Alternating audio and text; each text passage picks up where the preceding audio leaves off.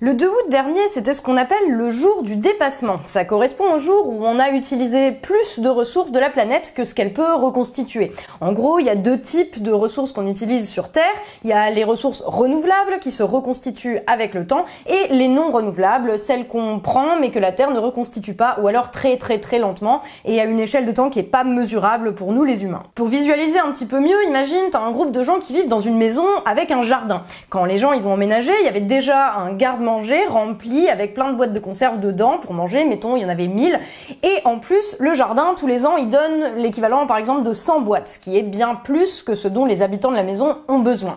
Il y a 40 ans, ils mangeaient à peu près 90 boîtes par an, donc tous les ans ils mettaient encore 10 boîtes de côté dans le garde-manger pour plus tard, sauf que depuis quelques temps, les habitants ils se sont mis à manger de plus en plus, et du coup ils se sont mis à consommer jusqu'à 98, 99, voire 100 boîtes par an. Alors jusque là ça allait parce que le jardin il donnait assez, sauf que maintenant ils en sont à 130 boîtes par an, donc à partir d'une certaine date dans l'année, ils doivent taper dans les réserves.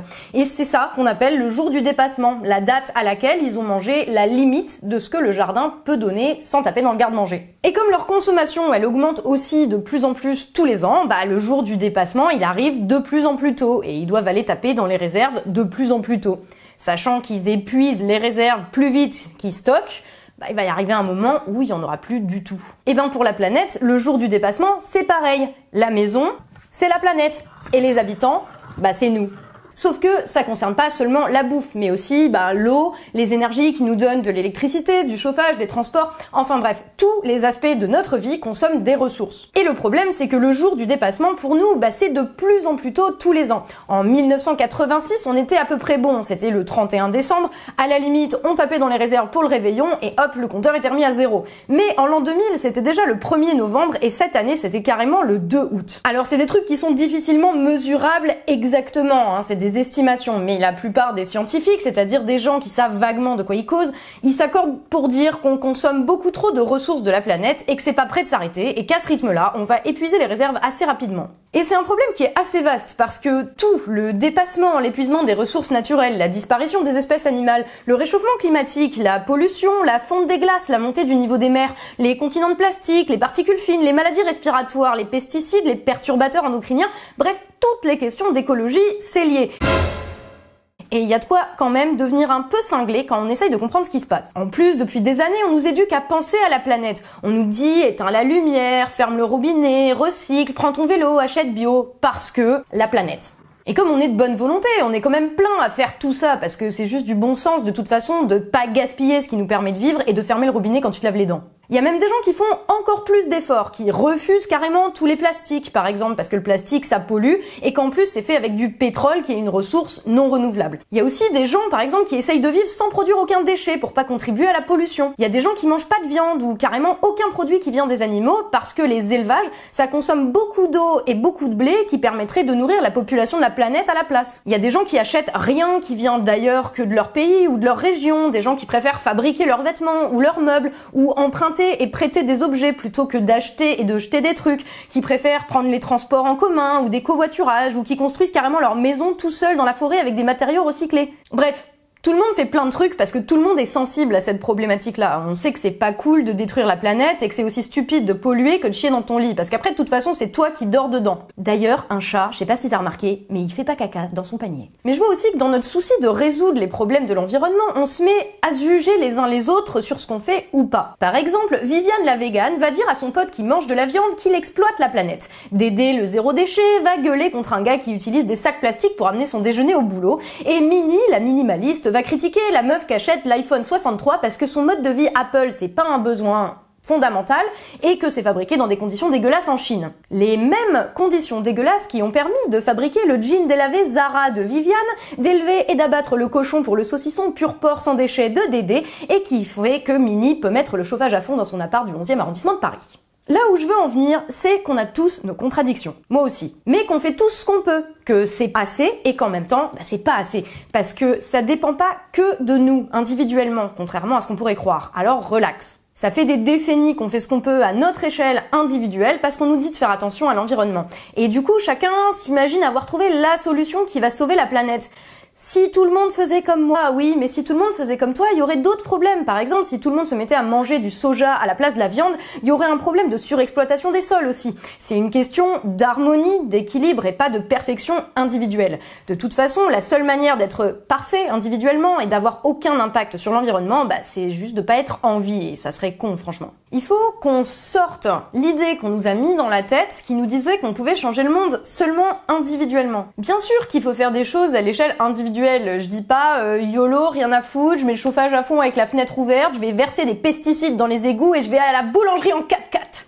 Il s'agit pas de rien faire, il s'agit de pas culpabiliser soi-même et les autres alors qu'on fait des efforts, tous ou presque. Il s'agit de pas aller juger ce que font les autres individuellement parce que c'est ce qui leur semble être juste à leur échelle. Et clairement, la somme de tous nos efforts individuels, de toute façon, ça suffit pas parce qu'on en fait de plus en plus et que visiblement, le problème il continue de s'aggraver. D'ailleurs, il y a un mois, il y a un gros glacier qui s'est détaché en Antarctique et je crois que c'est pas parce que l'autre jour t'as jeté ta bouteille en plastique dans la poubelle normale. Parce que, en réalité, ceux qui nous ont matraqué la tête avec le discours qui disait qu'il y avait que les actions individuelles qui comptaient, que c'était comme ça qu'on allait sauver la planète, eux, ils représentent en fait un système qui est la cause du problème. Parce qu'il y a un souci qui est global au niveau des institutions, qui fait que nos efforts individuels, ça reviendra toujours à mettre des pansements sur des jambes cassées. Parce que 70%, les 3/4 des émissions de gaz à effet de serre responsables du réchauffement climatique depuis 30 ans, ça vient de 100 grosses entreprises. Sérieux. Et quand c'est pas les émissions de gaz à effet de serre, c'est autre chose, la pollution, l'utilisation de produits toxiques ou la déforestation. Genre, Apple, par exemple, ils sont engagés à ne plus avoir aucune émission de dioxyde de carbone et ils polluent, c'est vrai, de moins en moins. Mais les ressources qu'ils utilisent pour fabriquer les écrans tactiles, c'est pas renouvelable, par exemple. Et les iPhones et les iPads qui sont cassés, et Dieu sait qu'il y en a qui cassent assez souvent, ils sont pas recyclés, mais entassés dans des espèces de décharges à ciel ouvert dans des pays pauvres, là où il y a des produits toxiques qui passent dans l'eau, qui empoisonnent les gens autour et qui contribuent finalement à la pollution de la planète en entier. Mais c'est pas une raison pour jeter ton iPhone quand même. En vrai, il y a très peu de boîtes qui peuvent dire qu'elles sont totalement clean sur le plan environnemental. Mais à les écouter, t'as l'impression qu'ils font tous méga des efforts, alors que les seuls efforts qu'ils font, c'est pour faire de la pub, pour dire qu'ils sont gentils avec la planète. Et de l'autre côté, t'as les campagnes de com, les discours politiques, qui ont tendance à nous coller un peu la responsabilité sur le dos. Éteins la lumière, recycle, arrête d'utiliser des pesticides. Mais qui utilise des pesticides chez lui, sérieux? Et toi, Total, toi, Monsanto, toi, Apple, tu l'éteins la lumière? Quand tu vois que H&M lance des collections éthiques, alors que 99% de leur production reste faite dans des conditions dégueulasses, avec des usines qui s'effondrent sur la tronche de gens qui bossent pour 3 $ par jour, des tonnes et des tonnes de produits chimiques dangereux pour la santé, pour l'environnement, déversés dans la nature pour faire des jeans délavés et teindre des vêtements, au final, même en achetant leur ligne bio, équitable, machin bidule, tu finances quand même les 99% de production anti-éthique qui restent. Mais c'est pas une raison pour jeter ton t-shirt H&M non plus. Et quand tu vois la peine que des pauvres gars au Parlement européen ont pour faire retirer le dangereux Roundup de Monsanto, tu te dis que les campagnes de com pour te faire changer toi de comportement individuel, c'est carrément, disons-le, du foutage de gueule. Les grosses boîtes, elles dépensent plus d'argent à faire des pubs pour se la raconter écolo qu'à l'être. Les gouvernements, eux, ils dépensent plus dans des campagnes de com pour nous faire croire qu'on est chacun responsable dans notre coin de la destruction de la planète qu'à faire passer des lois pour interdire finalement à ceux qui tuent la planète de se faire du blé sur son cadavre. Alors on nous vend des illusions de solutions, de l'image, du fake, un espèce de monde factice où sauver la planète, ça consiste juste à balancer assez d'images et de discours pour que tout le monde y croit. Et les mêmes qui détruisent la planète vont se faire du fric sur notre bonne volonté à nous en nous vendant leurs fausses images, leur monde qui est tout sauf réel. Et nous, individuellement, on veut vraiment la protéger, la planète, parce que c'est là qu'on vit. Parce que c'est réel, parce que ça nous arrive dans la tronche de manière très réelle. La bouffe qui nous rend malades, les produits d'hygiène qui nous empoisonnent et l'air qui nous file des maladies. Pour eux, c'est comme tout le reste, c'est juste du discours. Dans un monde idéal, les dirigeants politiques et les actionnaires des grosses boîtes, ils feraient un effort qui est réel. Et faire un effort réel, ça voudrait dire juste admettre que le système économique dans lequel on est, il détruit la planète et du coup la vie qu'il y a dessus. Ça voudrait dire inverser la perspective. Ça voudrait dire que faire toujours plus de fric, ça passerait après le fait que la vie sur Terre, elle reste en vie. Mais ils le feront pas parce que devinez quoi, ils ont pas la même hiérarchie des trucs importants que nous visiblement. Il y a que les gens qui sont connectés au réel qui peuvent faire. Et la bonne nouvelle, c'est que tous ceux qui faisons des trucs individuellement, non seulement c'est très réel, mais en plus on est très nombreux. Alors c'est pas assez de rester dans son coin, non, mais ça veut dire qu'on est quand même conscient, bien intentionné et qu'on est prêt à agir. On a juste à élargir un peu notre perspective.